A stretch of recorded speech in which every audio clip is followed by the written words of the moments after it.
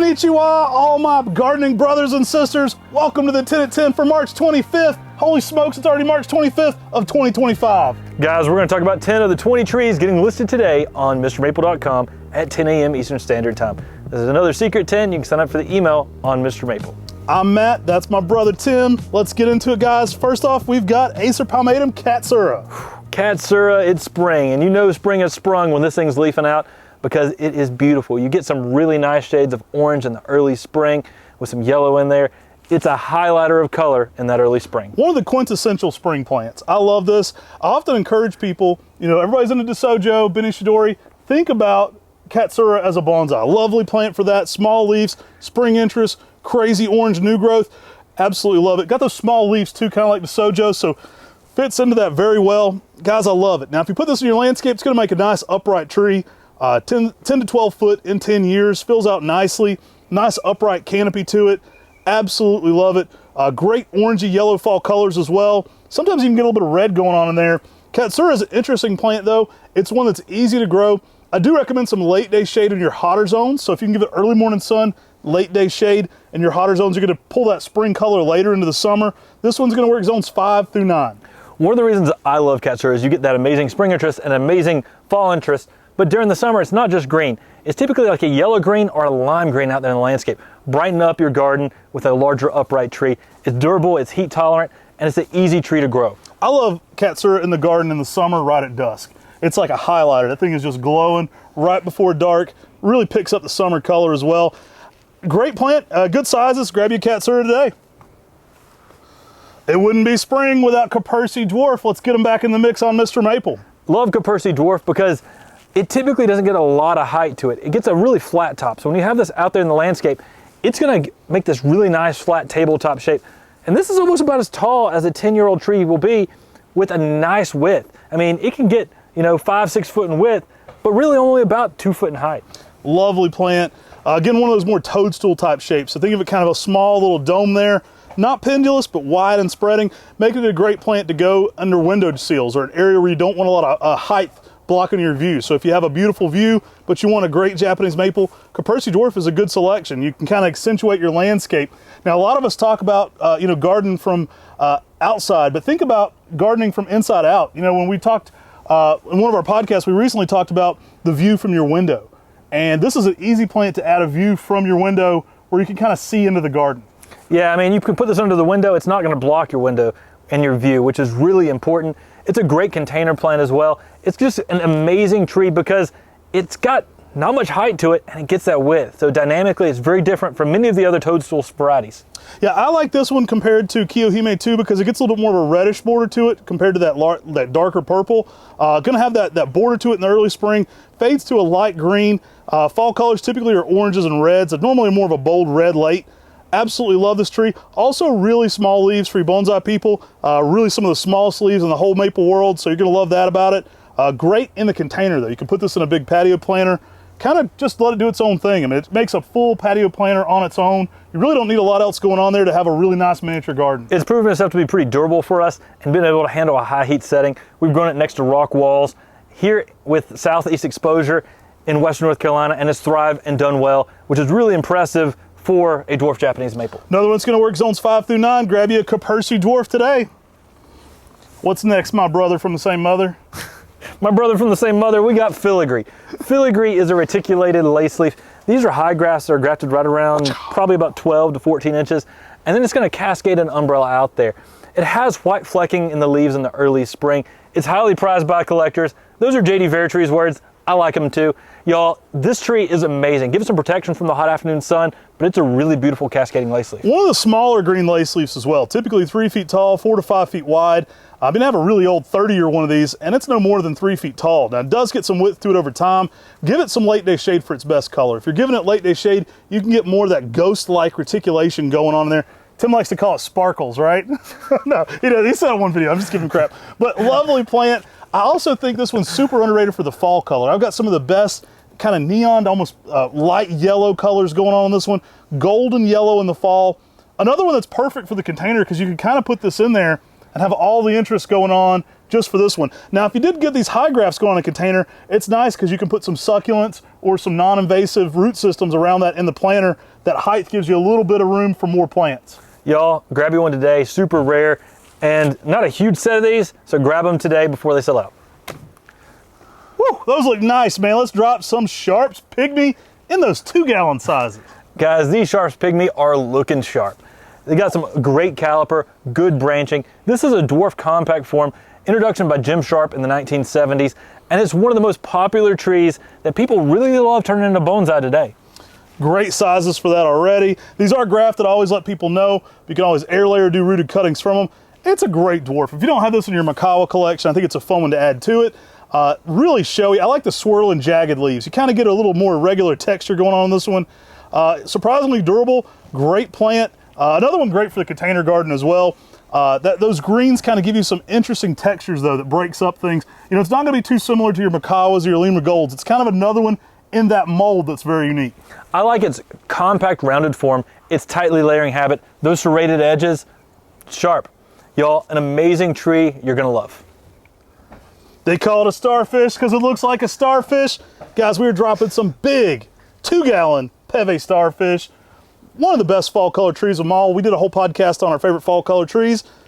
Many people would be surprised that Peve Starfish was high on our list for fall color.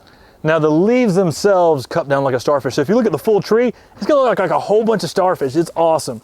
Y'all, deep maroon color. The reason I like Peve Starfish isn't just the unique texture it provides in the landscape, but it really is its small to mid-size upright style. We're talking 6 to 8 foot in 10 years. It makes a great small to mid-size upright, red upright for your small garden. I love it. This one is so showy. I talk about it a lot with Peve Starfish, but anytime there's a critter in the name, it's an easy way to get kids into gardening. This one just has that creature quality. It has a living quality to it, especially because those starfish-like shaped leaves. Talon Buchholz helped name this one with Piet Vergelt. Walked up to it and said, it looks like a starfish. Years later, he was like, oh, you named one starfish. He's like, you named it that. Love it. It's awesome, guys. And again, the fall color's amazing. Like, you get one of the best pink reds. I think I've had years where Peve Starfish was equally rivaling Osakazuki, which is saying a lot, considering it provides all this other dwarf characteristics and texture. Y'all, some great size 2 gallons today. Take advantage of it. Some awesome sizes. All right, we had this one before, but it sold out quick. You guys asked for it, so we brought more in from the Buchholz farm. These are Buchholz grown Ryuseis, guys. They are huge. They are well shaped already. These are in our 3-gallon sizes. They've got everything you want going on in a Ryusen. Absolutely love them. They're going to hit some density here soon. These are just starting to leaf out. One of the most heat tolerant, durable plants you can be growing. I mean, this tree grows so fast. You can stake it up to whatever height you like. And it has that fountain-like effect. It has a really soft feel because it's not your typical lace leaf. It's got that palmate leaf, so it adds to that flowing effect and the nature of this tree. Easy to tree. It's part of a low-maintenance landscape, and it's really beautiful. Great container plant, but you put this tree out in the landscape, it adds a unique texture with its strongly weeping habit. One of the more sun-tolerant greens you can be growing. This one can go in full sun, typically in the south, even in a heavy zone 8. Amazing oranges and reds in the fall color. Super durable. I like to take it up to about 6 feet, so maybe a little bit higher than these are. These are already almost 3 feet or every bit of that. Lovely plant, good caliper to them. Ready to go out in a container right now. So if you have 2 containers, you want to match 2 of these, they could look absolutely amazing, you know, in a patio setting, and one that can handle a good bit of sun. These are going to work zones 5 through 9. Just an all-around durable, amazing plant. One of the best things about Ryusen, you can play with the shapes on this. So same plant as Ryusei, Ryusen. Guys, you can kind of manipulate this one and make it your own thing. So don't be afraid to kind of get in there, prune structurally, or wire this one, create some really unique structures with Acer palmatum Ryusen. Guys, do you know about our upcoming open house? If you don't, what are you doing with your life? You got to get here April 5th from 8 to 4, guys. Going to be a food truck. Going to be a darn good time if I say so myself. What do you think? I'm going to do a game show, so it's going to be pretty awesome. We're going to do a game show, kind of Jeopardy style. Super excited about that. Y'all, we love having you here. We're going to have greenhouses filled with Japanese maples, tons of different rare cool plants. We got a whole conifer house. We got some items in some really nice 10 gallons. You're gonna love it because there's gonna be more Japanese maples here than you've seen before. So get excited and come to our open house April 5th, 8 a.m. to 4 p.m. Cool plants, maybe cool people, we'll see. Let's jump into our next plant, guys. We've got some 3 gallons of Inaba shidare. Inaba shidare is a heavily cascading red lace leaf. These are some nice high grafts, or have been trained to have that high graft style. This is just about to leaf out and they're gonna cascade an umbrella out. Inaba shidare can give you some really nice purple-red colors that you don't get on many of your other weeping red lace leaves. Super durable. Again, zones 5 through 9. One of our favorite lace leaves, my dad's favorite lace leaf. So one of the ones we grew the most at Nichols Nursery back in the day. Absolutely love it. Kind of your quintessential red. I think it does great here in the South. They do green up a little bit late into the summer, which is kind of nice because I think it gives them a little extra added element of durability. Now, Inaba shidare is typically one that gets kind of dense. You can see into the structure a little bit. So it's kind of that right in between. You know, Tamukiyama seems to be the most open, Crimson Queen very dense. Inaba shidare kind of fits that middle ground where you can see the structure without being, you know, a pruning master. Now, if you do want to learn how to prune this, definitely go watch out our recent video from Chris Jewell. We talk about pruning lace leaves. I think it's a great starting point for a lot of people to get some fundamentals going. And if you're looking for a red lace leaf, this is a great, easy, durable plant to grow. We've got a full cultivar breakdown on the MrMaple Show about it, where you can see Matt's daughter introducing Inaba shidare in such an adorable way. She's 8 now, so we want to get some more on there. Like she could probably say it a little better now. They're actually dying to get into more videos, so we'll have to get them down here this spring. Guys, this one is a classic though, and great red fall color. Typically more of that picked up scarlet red in the fall. The audience doesn't know this, but through the power of editing, I had a whole barbecue burn-ins meal in between shoots since the last tree you saw. It's called the magic of editing. All right, guys, let's jump into it with Acer palmatum white peaches. Y'all, white peaches selection, introducing the trade by Talon Buckholz. It's got a nice purple border and some good reticulated variegation. I love that creamy swirling you get going on in this one. It's an interesting tree. Has some similarities to First Ghost, which is really interesting. Both Talon Buckholz introductions here.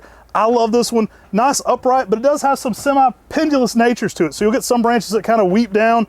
Great grower. Typically puts on around a foot of growth a year. You do want to give this one some late day shade in your hotter zones. Yeah, I like how the branches go up, but you get this sort of spreading out and slightly cascading effect.